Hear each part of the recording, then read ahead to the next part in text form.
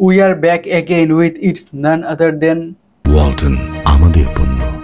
এটি হচ্ছে Walton এক্সনন X1 ultra, ওয়ালটনের নতুন বাজারে রিলিজ করা স্মার্টফোন। ফোনটার দাম রাখা হয়েছে 18,000 টাকা। 18,000 টাকার প্রাইসিংয়ে ফোনটা অ্যাকচুয়ালিতে কেমন, কী কী স্পেক্স আর কী কী ফিচার্স অফার করছে এবং স্মার্টফোনটি ওর্থ ইট বা ভ্যালু ফর মানি স্মার্টফোন কিনা, সেটাই আমরা আজকে ভিডিওতে জানবো। So let's talk about this smartphone in this video. শুরুতে ফোনটার ডিজাইনের কথা বলে, this phone really looks good বা beautiful at the same time. ফোনের লুকসটা এক কথায় গর্জিয়াস বলা যেতেই পারে। ব্যাক প্যানেলে আরও থাকছে মার্বেল লাইক ফিনিশ এবং গ্লসি ফিনিশের একটি কম্বিনেশন, যার কারণে ফোনটা দেখতে আরও বেশি অ্যাস্থেটিক বা প্রিমিয়াম লাগে। স্পিকিং অফ প্রিমিয়াম, এই ব্যাক প্যানেলের গোল ক্যামেরা রিংটা অথবা গোল ক্যামেরা মডিউলটার জন্য স্মার্টফোনটা দেখতে আরও বেশি প্রিমিয়াম লাগছে। 18,000 টাকার প্রাইস রেঞ্জে ডিজাইনটা আমাদের কাছে মোটামুটি ভালোই লেগেছে।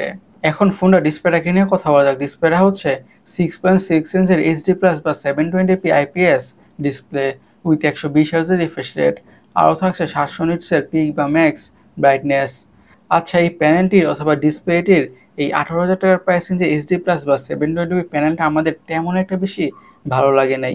এই প্রাইস রেঞ্জে বা এই দামে ফুল এইচডি প্লাস প্যানেল হলে আরও বেশি বেটার হতো বা ভালো হতো, কারণ এই প্রাইস রেঞ্জে বা এই দামে ফুল এইচডি প্লাস প্যানেলই এক্সপেক্টেড।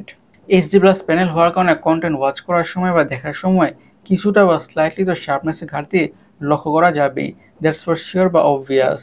খুবই কাছ থেকে না দেখলে যে খুব একটা বেশি শার্পনেসের ঘাটতি বা পিক্সেলেশন লক্ষ্য করা যাবে সেটা বলবো না, বাট আমাদের কাছে এই প্রাইস রেঞ্জে অথবা এই দামে ফুল এইচডি প্লাস প্যানেল না দেওয়ার ব্যাপারটা একেবারেই ভালো লাগে নাই।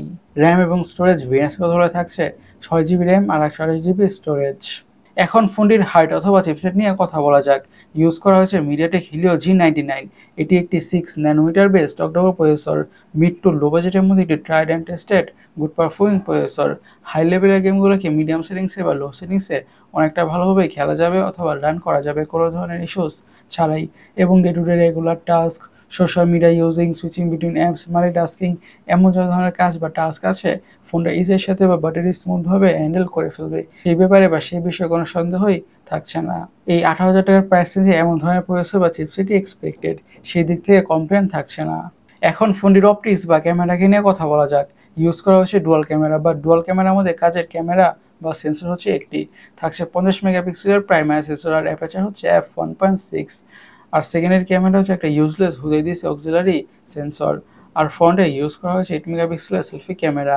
18,000 টাকার প্রাইস রেঞ্জে ফোটা থেকে মোটামুটি ভালো কোয়ালিটির পিকচার্স আর ভিডিওসই পাওয়া যাবে প্রাইমারি সেন্সরটা থেকে। তার কারণ হচ্ছে অ্যাপারচার হচ্ছে f1.6, অ্যাপারচারটা অনেকটাই লো। সো লো অ্যাপারচার হওয়ার কারণে সেন্সরটা অনেকটাই আলো পাবে এবং মোটামুটি ভালোই আমাদের পিকচার্স আর ভিডিওস প্রোভাইড করে দিবে। ফোনটিতে সিকিউরিটি হিসেবে ইউজ করা হয়েছে সাইড মাউন্টেড ফিঙ্গারপ্রিন্ট সেন্সর। এখন ফোনটার ব্যাটারি নিয়ে কথা বলা যাক। পুরো ফোনটাকে পাওয়ার করছে 5000 mAh ব্যাটারি উইথ 33 ওয়াটের ফাস্ট চার্জিংয়ের সাপোর্ট। এই 5000 mAh ব্যাটারি থেকে ফোনটাকে মিডিয়ামভাবে ইউজ করলে খুব ইজিলি 1 থেকে 1.5 দিনের ব্যাটারি ব্যাকআপ পাওয়া যাবে। আর সাথে প্রোভাইড করা 33 ওয়াটের চার্জার দিয়ে ফোনটা ঠিকঠাক দ্রুতভাবে ফুল চার্জ হয়ে যাবে। ফোনটার কালার ভেরিয়েন্টের কথা বলে সব কালার ভেরিয়েন্টে পাওয়া যাবে। গাইস, আপনাদের কাছে স্মার্টফোনটা কেমন লেগেছে অবশ্যই আমাদের কমেন্ট সেকশনে কমেন্ট করে জানাবেন। আমাদের কাছে 18,000 টাকার প্রাইস রেঞ্জে জাস্ট ডিসপ্লে ব্যাপারটা তেমন একটা বেশি ভালো লাগে নাই, বাট ওভারঅল স্পেক্স ঠিকঠাকই আছে। এখন স্মার্টফোনটা কিনবেন আর কিনবেন না, ডিসিশন সম্পূর্ণ আপনাদের।